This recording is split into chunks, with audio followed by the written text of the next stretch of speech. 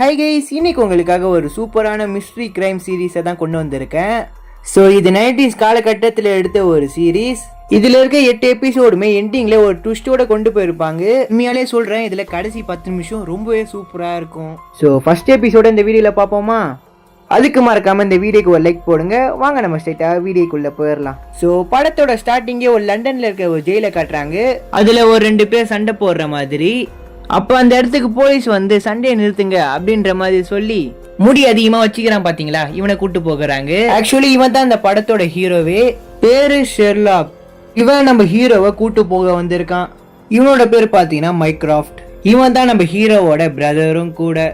Mycroft பாத்தீங்கன்னா நம்ம hero கிட்ட இந்த வாட்டி என்ன பண்ணிட்டு ஜெயிலுக்கு போனேன் அப்படின்ற மாதிரி கேட்க, அது அவ்வளவு பெரிய கதை தான் இல்ல, இருந்தாலும் கேளுங்க. அதே மாதிரிதான் ஜட்ஜும் கேட்கிறாரு, என்ன பண்ணிட்டு இங்க வந்தேன்னு.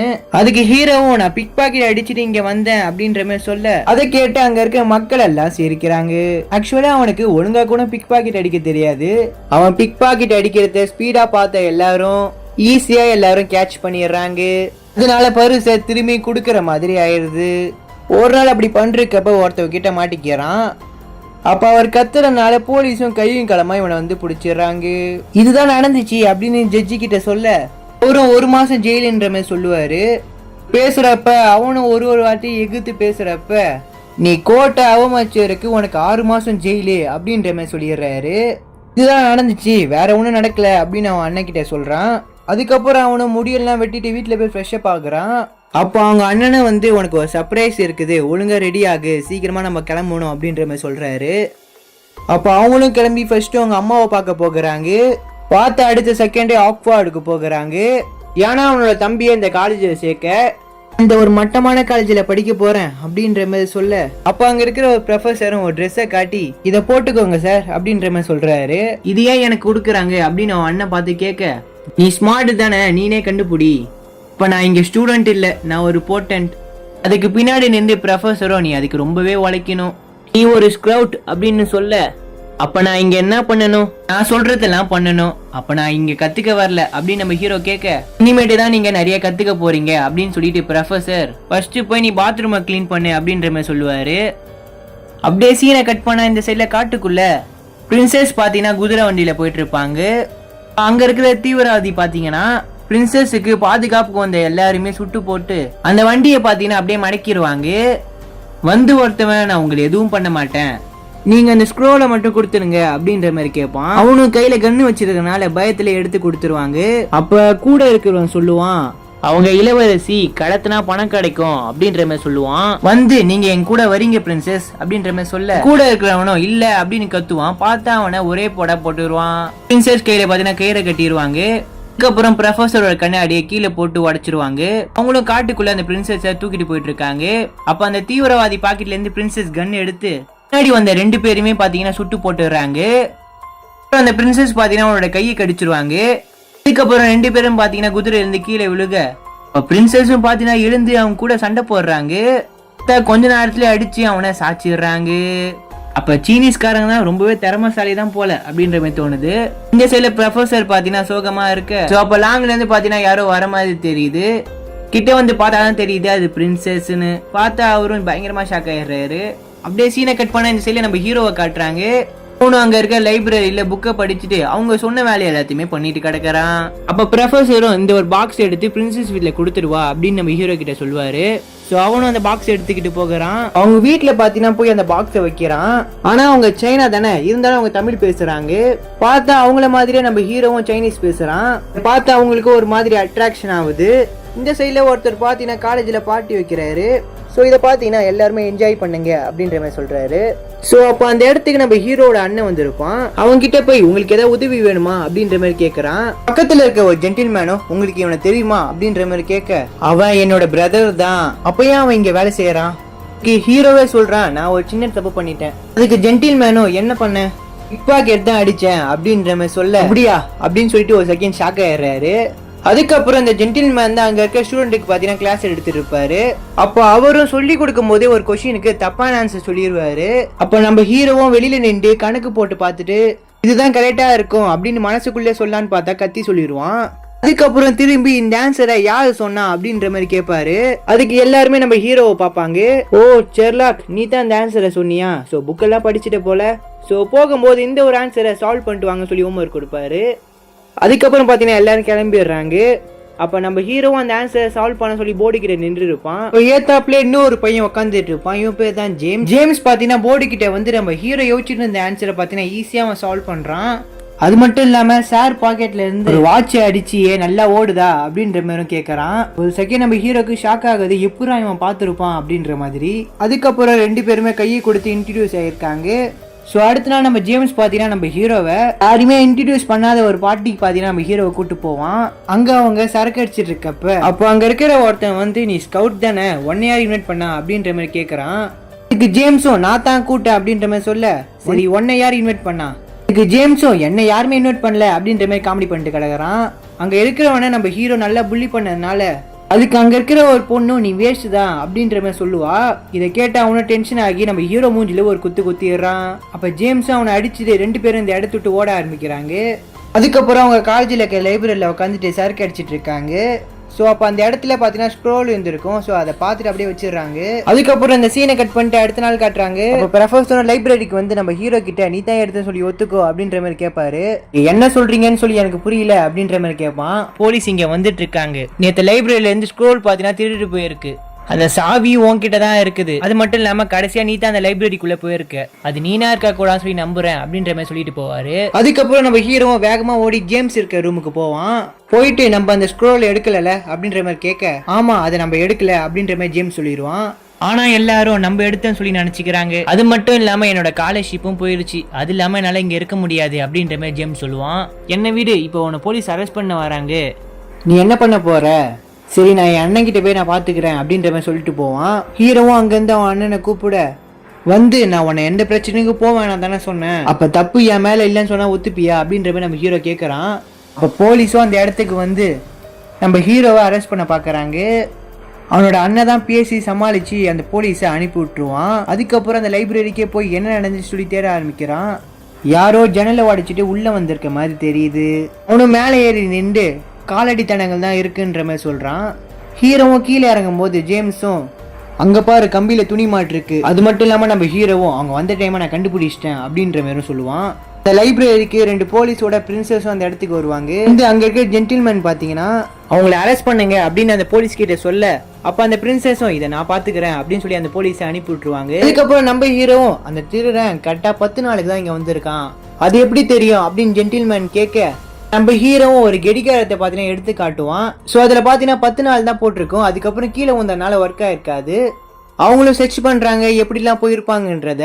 அதுக்கப்புறம் வெளியில போய் தேடி பாக்குறாங்க. பார்த்தா காலடித்தனம் இருக்குது. அதுக்கப்புறம் கொஞ்ச தூரம் போய் பார்த்தா குதிரை வண்டியில போயிருப்பாங்க அப்படின்ற மாதிரி அச்சிகள் இருக்குது. இவங்களும் அதை ஃபாலோ பண்ணிட்டே போகிறாங்க. அப்போ கொஞ்சம் தூரத்துல பார்த்தா ஒரு வீடு மாதிரி ஒண்ணு தெரியுது. அப்ப அந்த பிரின்சஸும் நீங்க இந்த வேலையை பாத்துக்கோங்க, எனக்கு ப்ரொஃபசர் கூட்ட ஒரு மீட்டிங் இருக்குது, நான் அர்ஜென்ட்டா போய் ஆகணும், சீக்கிரமா அந்த வேலையை முடிச்சுட்டு வாங்க அப்படின்ற மாதிரி சொல்லுவாங்க. அதுக்கப்புறம் அவங்களும் அந்த இடத்துல போய் பாக்குறாங்க.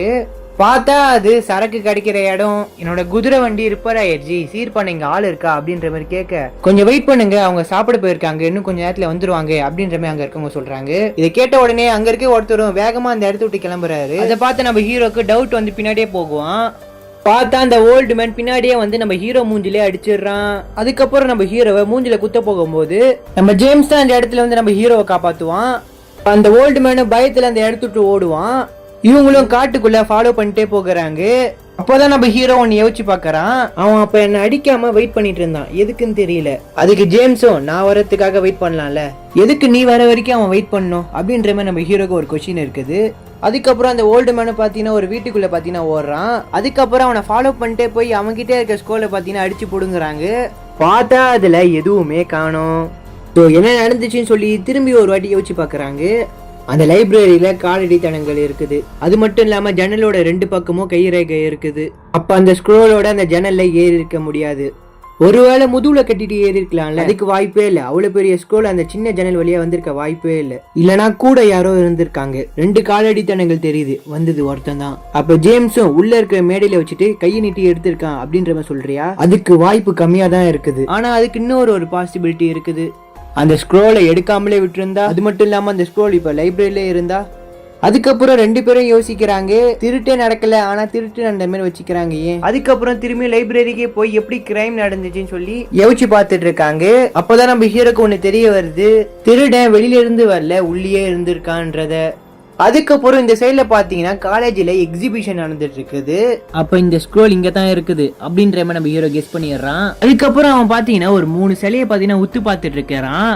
இப்ப நம்ம ஹீரோவும் ஒரு ஆள் தேட வேண்டிய இடத்துல ஒரு விஷயத்த தேடிட்டு இருக்கிறோம். அவர் ஒரு போர்ட்டர், இங்க வேலை செய்யறவர். டெய்லியும் நைட் ஆனா வந்து இங்கதான் சுத்தம் பண்ணுவாரு. அவர் இந்த கிரைம் நடந்ததுல இருந்து ஆளே காணோம் அப்படின்ற மாதிரி நம்ம ஹீரோ சொல்லுவான். அதுக்கப்புறம் 2 பேருமே ஒரு சிலையை நவுத்துறாங்க. பார்த்தா அதுக்கு பின்னாடி இருக்குது அந்த ஸ்க்ரோல். அந்த சிலை பாத்தீங்கன்னா கொஞ்சம் நவுந்து இருக்கும். சோ அதனால பாத்தீங்கன்னா கண்டுபிடிச்சிடுறாங்க. ஒருவேளை இது டிஸ்ட்ராக்ஷனா இருக்குமா? இந்த காலேஜ்லயே லைப்ரரி மட்டும் தான் ரொம்பவே பிஸியா இருக்கும். நைட்ல கூட போட்டேன் 30 நிமிஷத்துக்கு ஒரு வாட்டி வந்துட்டு போவாரு. இந்த லைப்ரரியை ஒரு கிரைம் நடந்த மாதிரி சீல் வைக்கதான் அந்த திருடன் இந்த ஸ்க்ரோலை திருடு போன மாதிரி செட் பண்ணிருக்கான்.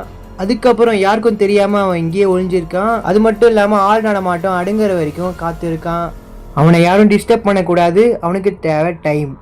எதுக்கு டைம்னு அவன் ஃப்ரெண்டு கேட்க, அவனும் ஒரு செகண்ட் பாத்தீங்கன்னா யோசிச்சு பார்த்துட்டு, இந்த கேஸ்குள்ள தான் அந்த ஸ்க்ரோல் இருந்துச்சு, இவளோட கை அச்சியும் அங்க இருக்குது.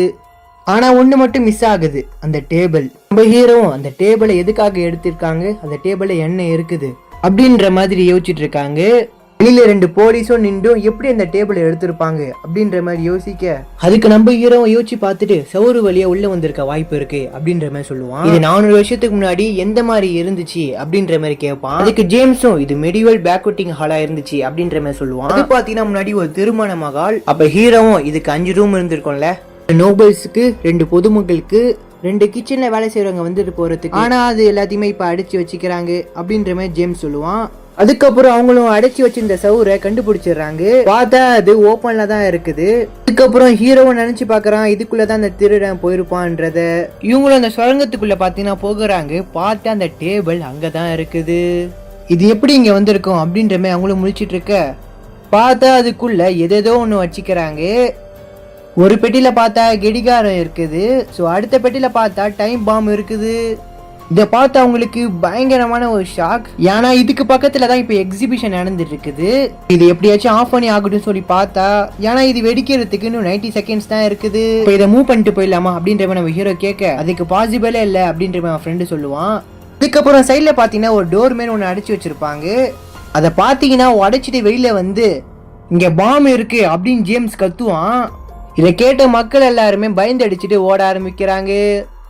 சொன்ன மாதிரி 90 செகண்ட்ஸ்ல பார்த்தா அந்த பாம்பு வெடிஞ்சிருது.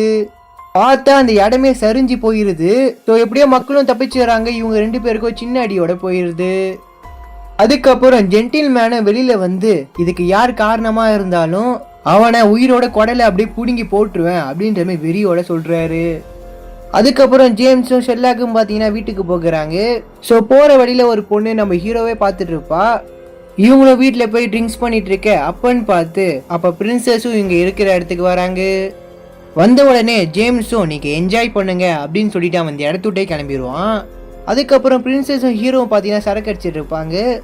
பிரின்சஸும் அவனை பெட்டில் தள்ளி விட அவங்களும் மெதுவாக கிட்ட வருவாங்க. பார்த்தா அவன் அங்கேயே மயங்கிடுறான். பார்த்தா ஷெர்லாக் சின்ன வயசுல இருக்கிற மாதிரி காட்ட, அப்போ ஷெர்லாக்கோட அம்மாவும் நீ போய் உங்க தங்கச்சி கூட விளையாடு அப்படின்ற மாதிரி சொல்லுவாங்க. அதுக்கப்புறம் கொஞ்ச நேரத்துல பார்த்தா அந்த ஷெர்லாக்கோட தங்கச்சியை காணோம். அப்ப எல்லாரும் பாத்தீங்கன்னா ஷெர்லாக்கோட தங்கச்சியை தேடிட்டு கிடப்பாங்க. அப்ப ஷெர்லாக்கும் பாத்தீங்கன்னா அதை பார்த்துட்டு இருப்பான். ஸோ அதுக்கப்புறம் நைட்டு தான் தெரிய வருது அவங்கள சாவடிச்சிட்டாங்கன்றத.